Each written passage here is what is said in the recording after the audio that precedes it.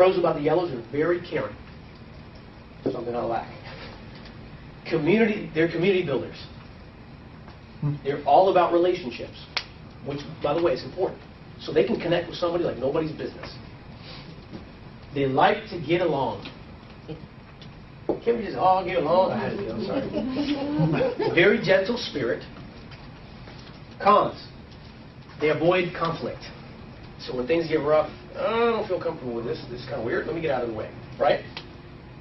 Which means they become an easy target for people that like to mooch.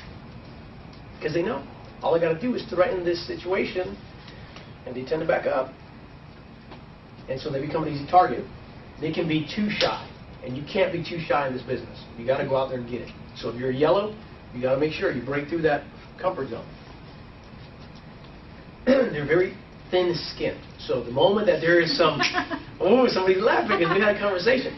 The moment that somebody comes after you or replies to something you did that is negative, you're like, oh, I don't feel comfortable anymore. This is not good. We got to change this because what's happening right now is I feel uncomfortable. There's conflict here. It could have been 2 people out of 100 who responded, and that's a numbers game. But because the yellow's personality type is about harmony, there's no more harmony here, so I don't feel cool. Okay? So that is the cons. The great thing about it is they can build some massive relationships, and that is powerful. But if you're yellow, you got to remember that you're going to have to get a little bit thicker skin.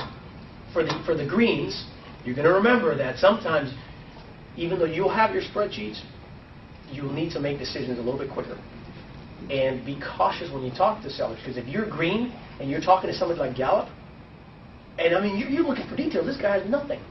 And you're like, excuse me, you don't even have this operating data sheet?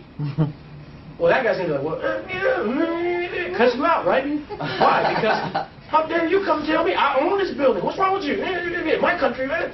Now, we all agree he's a moron, right? But if I started that way, we're not going to get along.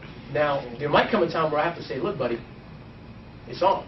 You know, let's roll up our sleeves here right now because I can handle it. But in the beginning, if you're trying to connect with somebody, you're not going to go in there and start creating conflict.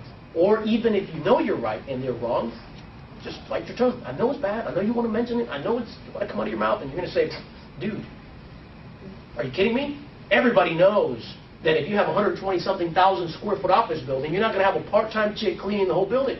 It ain't going to happen. Wow. That's why it's not dusty. Yeah.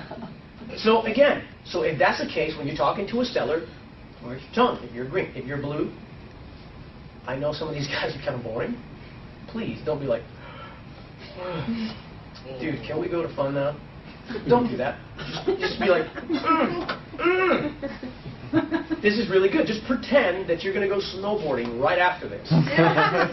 But you got to get this right before you do it, right? So pretend it's going to be fun, but after.